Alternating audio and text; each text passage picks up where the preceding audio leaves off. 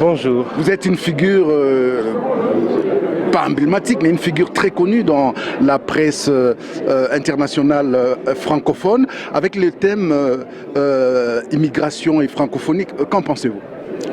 Disons que je n'ai pas parlé d'un avis personnel, j'ai expliqué que j'ai l'honneur de représenter la secrétaire générale de la francophonie à l'ouverture de ces assises qui sont consacrées aux migrations. Et il se trouve que par le plus heureux des hasards, les assises autour de la migration s'ouvrent aujourd'hui alors que la francophonie, la secrétaire générale de la francophonie, vient de rendre public un rapport sur les migrations très détaillé qui fait des diagnostics, qui fait aussi un état des lieux, mais surtout qui fait beaucoup de propositions sur la question des migrations. Pourquoi un rapport a été rendu public par la secrétaire générale de la francophonie?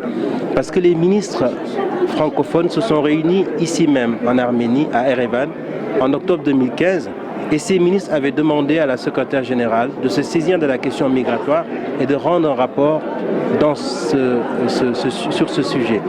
Et ils se sont saisis de cette question en 2015 parce que précisément la francophonie, qu'on le veuille ou non, est devenue aujourd'hui, elle vit au jour le jour cette question migratoire.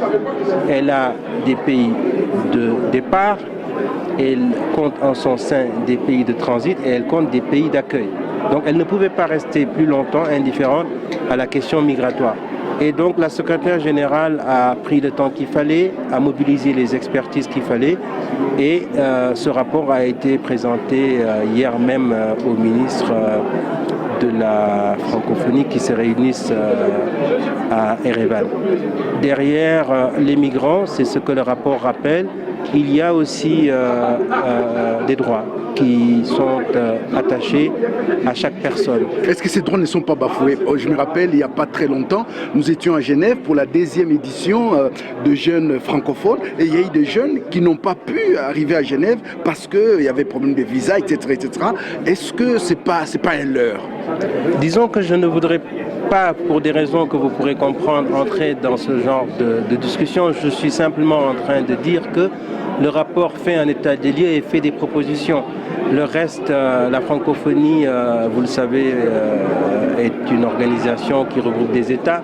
Elle ne peut pas se substituer aux États pour un certain nombre de politiques, notamment d'ordre intérieur. Mais en tout cas, ce rapport, il est là, il existe.